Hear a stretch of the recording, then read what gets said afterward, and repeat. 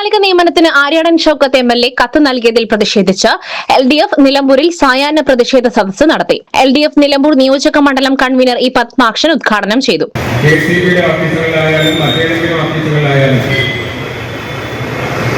അവിടെയൊക്കെ താൽക്കാലിക ജീവനക്കാർ ഇല്ലാത്തതുകൊണ്ടല്ല, അവിടുത്തെ ജോലി ചെയ്യാൻ ആളില്ലാതെ ജോലിയൊന്നും നടക്കാത്തതുകൊണ്ടല്ല, അവിടെ ജോലി ചെയ്യുന്നവരെ ഒഴിവാക്കി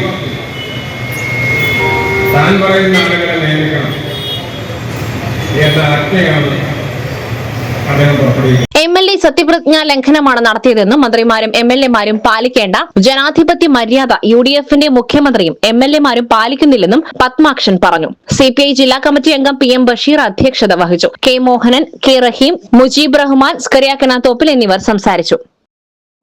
SS Gold, Pure Gold. SS Group, Nilambur.